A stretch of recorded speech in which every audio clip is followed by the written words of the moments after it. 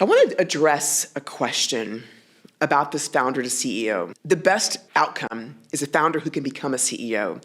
But what happens if you can't do both? What happens if, for some reason, you are a founder and it's really difficult to become a CEO? I'm going to hope that your investors and your advisors are helping you and are coaching you and are mentoring you, and you have people that are in your camp that have done both or have done one really well, and you can see the path. But sometimes it's important to maybe let go of the reins when your company's at that point of scale. And so that transition, and I've been through this, can be one that is magical and is productive for the organization. Another can be where it sabotages the success of the company, because as a founder, that transition doesn't happen smoothly.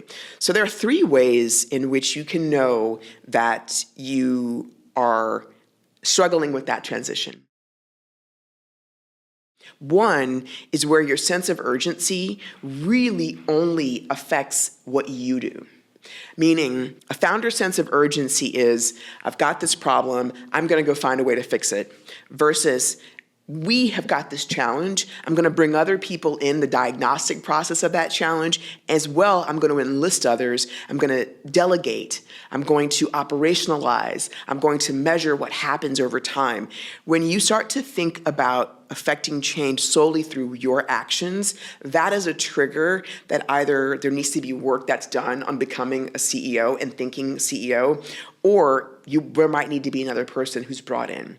Second, you begin to get signals from your investors and from people who are other stakeholders or shareholders in the business that there's an inability to have an honest conversation with you about the current state of affairs. The third point I'm going to talk about in a second leads to that, or is a symptom. As you're bringing in people within the growth of the company, investors, bankers, partners, maybe there's a joint venture that you've done, maybe you've got a senior executive team sitting around you, I hope so, as CEO. They're going to want to have evidence-based conversations with you about what is happening. A founder is going to, in most cases, feel defensive because their identity is so attached to that business. A CEO will be able to sit on the side of the table of looking at the business issues and the evidence with those people. There's a concept that I use when coaching and working with my founders and CEOs is the idea of a straw man versus a steel man. So a straw man is building up your idea and finding more evidence and doing that with other people. So let's straw man how this could be true, or let's straw man or ideate our way to this outcome. Steel man is looking at the other person's perspective, the opposite perspective and view, and building up that side. So saying, wow, okay, my initial reaction is to get defensive, but let me think about this from your point of view, or let me think about this from the partner or from the customer's perspective. And that is an essential skill set for a CEO. It's a challenge for most founders. It's harder because there's so much emotion tied to the business and there's so much identity connected to it that it's often hard to see you as separate from it. The last way that you realize that there is a struggle or some friction in going from founder to CEO is there's a desire or a tendency to want to look at qualitative reasons why something could be or something was versus quantitative data about what it actually is. So let's kind of pause. Am I working on the business or in the business? Am I looking at the methods to affect change as being ones that I am diagnosing and affecting, or am I bringing other people into that process? Are my shareholders, stakeholders, and executives around the table able to have honest, data-rich, evidence-based conversations with me? And lastly, do I tend to look for data about why something was a certain way, or qualitative insights about why something was a certain way, or am I looking for data about what is? So those are some ways in which you can think about that question with yourself. And granted, these are better for you to understand as a founder and as a CEO, and to work with coaches, advisors, or to do your own work around how do you switch that mindset, because the best option in many cases is a founder who becomes a CEO. The founder is a great visionary.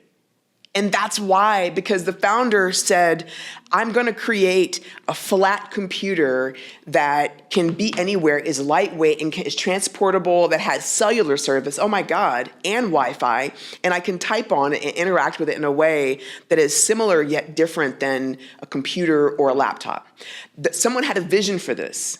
And there are very few people in the world who can consistently have visions that break out of what we can expect. You know what I mean? Like that's a big deal. And so a founder is that fire starter. They're like, I want to create this thing that no one else has created before, right? So I was at a company where the founder wanted to create a complex HR software for small businesses.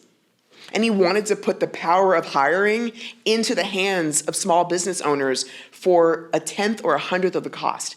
And no one had thought about that, right? Like most people were hiring, we called it inbox recruiting, where you would send an email your resume to resumes@tonyrecon.com. But this guy had a vision for it.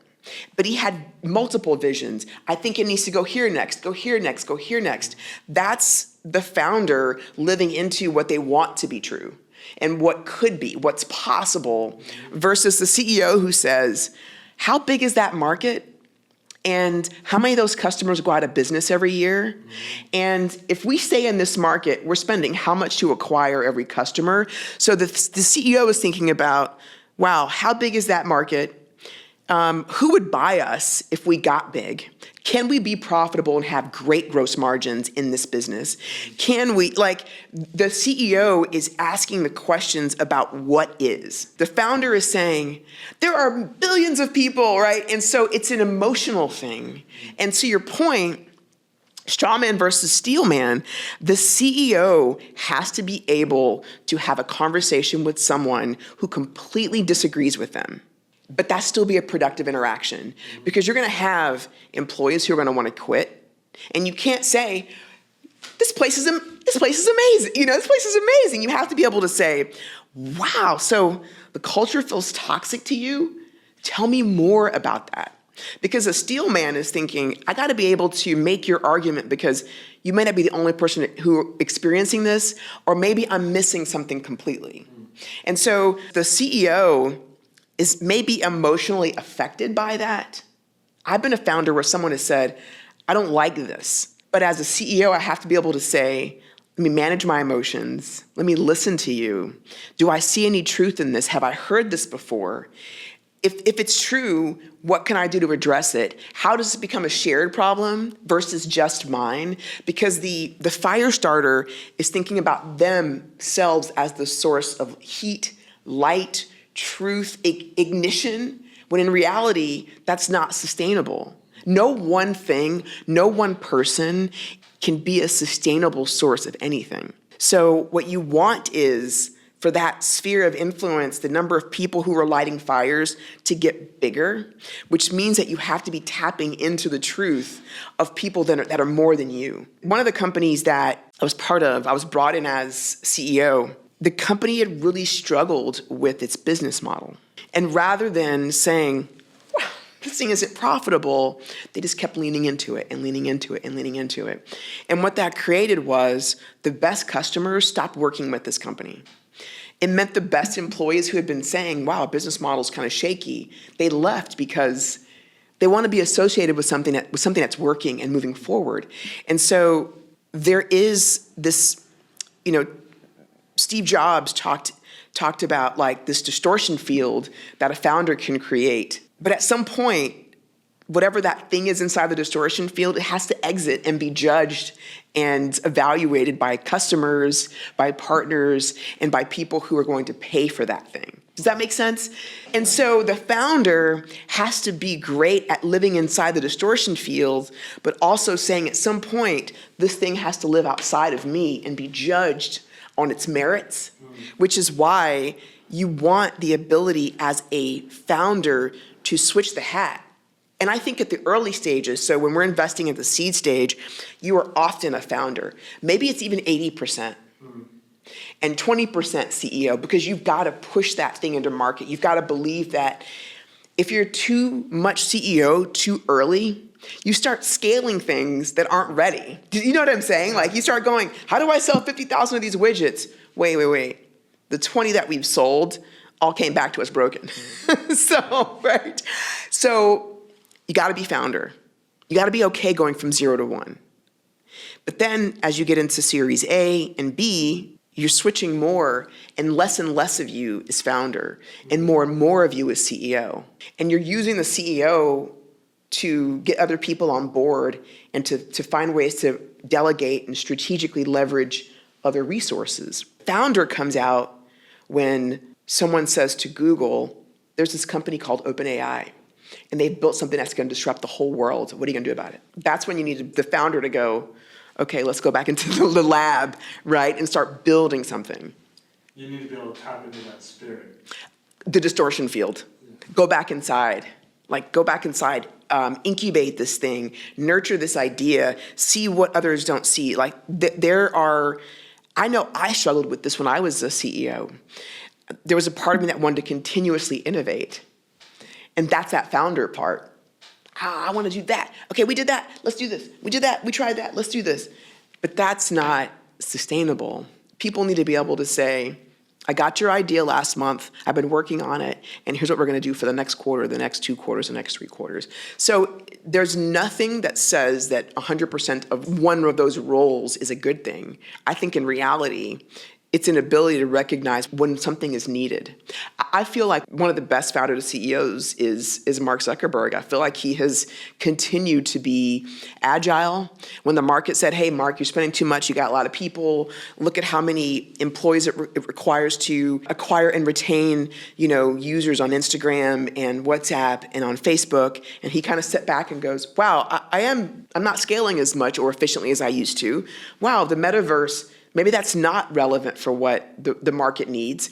I'm going to switch over and focus more on AI. How do I improve my offering? I mean, he has done a really good job of being agile between those two roles and flipping when it's necessary to go to CEO, scale, the market, investors, versus innovator, competition, customer needs, and incubation of concepts. And so the founder to CEO process is not automatic. I imagine for Mark, this was something that he was very thoughtful about. I imagine for every founder becoming a CEO, the only way for it to happen is if it is a eyes wide open, measured process that you're going through not only solo, but you're going through with other people, which is why I think he's been so successful at it. I think he knew that he needed to make this evolution. And so he probably has a team of people, I'm sure his wife or his partners, he's probably got people who are helping him. And so to take it, kind of full circle, founder to CEO is not a journey you want to go on by yourself. It's impossible to do. You have to have a team. And in the best possible scenario, your investors are not only investing in the business and the market and the product and the company, but also in you, and are helping you with that evolution.